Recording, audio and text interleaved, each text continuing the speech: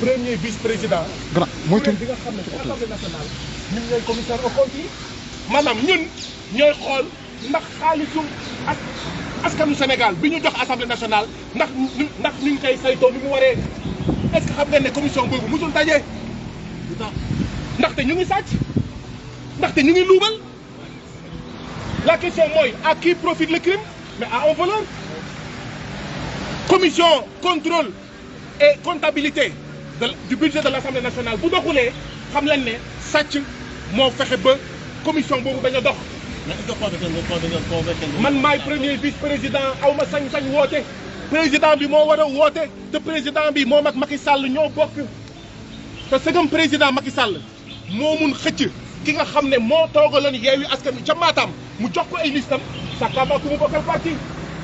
Sakaba ki nga xam ne dafa dugal armée ngir mu tànn ko moo tax ñun askan wi war nañ delluwaat suñu xel ci li xewoon le 12 septembre ñu naan ay xeex la ay xulloo la dëgg la xeex pour xulloo pour am président boo xam ne du tëj assemblée nationale ñeenti weer fii am na ay journalistes am na ñu nekk ci site yi yoo xam ne amu leen 75000 par mois am na wala amul bëri na ci yéen amu leen 75000 ñu ngi joxe suukaru koor 100000 francs député bu nekk xam ngeen muy ñaata 16 millions 16 millions ñaata projet moom financé ñaata billet màkk ak ñaata billet Rome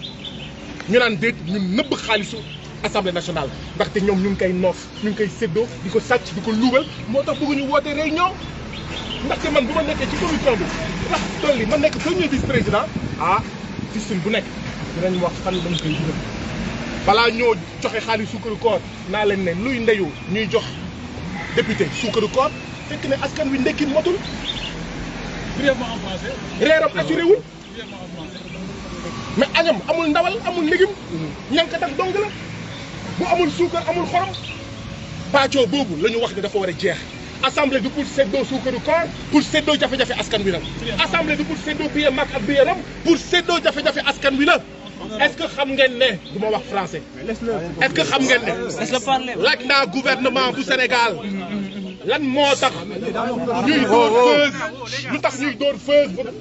bu Bour News buy def liggéeyam lu tax ñuy dóor ba mu dem hôpital Adja Ndiaye bu Dakar Actu muy journaliste comme yéen lu tax ñu leen di gazé di leen di matraqué ci manifestation yi ñuy nangu seen micro ñuy nangu seen caméra laaj naa laaj boobu ba tey gouvernement nanguwul ñëw président assemblée nationale nanguwul woote réunion kon bu yóbboo ngeen xam ne lii xew fii musiba ñun ñëpp la laaj nañ leen lan moo tax ngeen di jàpp Babacar bu Kéwoulo lan moo tax ngeen di tongali Pape Ndiaye bu Walfadjri lu tax ngeen di tongali Coro Mandela bu Walfadjri lu tax 1-2 ngeen coupé signalu Walfadjri lu tax 1-2 ngeen nangu caméra ñi nekk ci terrain bi mel ni bëggu leen ñu wane li am ñu ne ñoo lànk du ñu ñëw parce que président du woote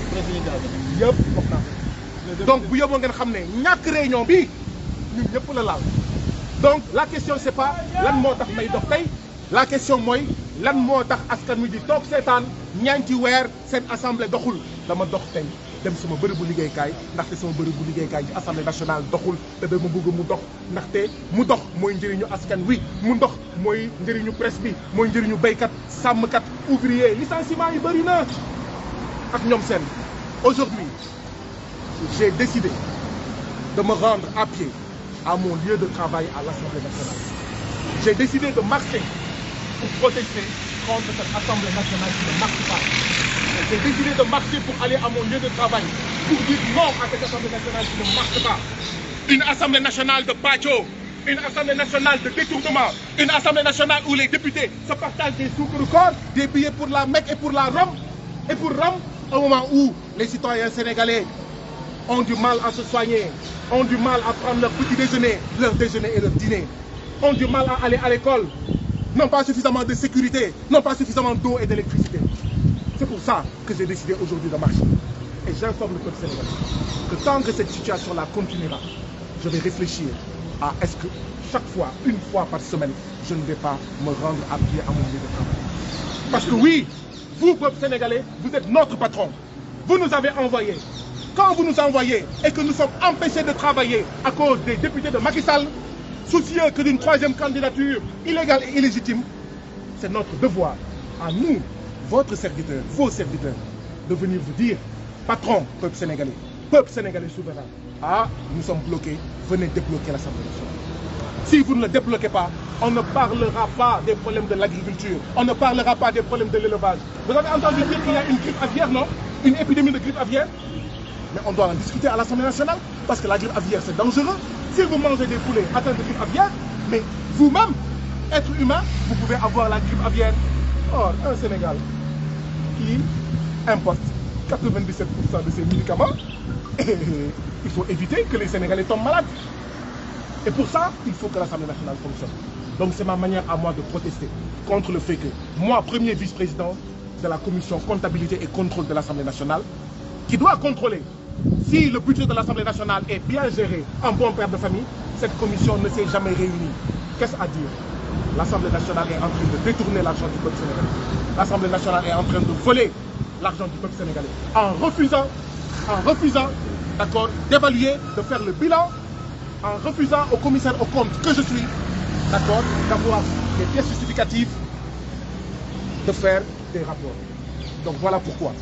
j'interpelle le peuple sénégalais. Parce qu'après Dieu, après notre Seigneur, notre patron s'appelle peuple sénégalais. Et c'est lui qui nous a envoyé, nous députés. Pas pour se partager des sous-préforts, des billets de Rome et des billets de Mecque. Pas pour se partager de l'argent,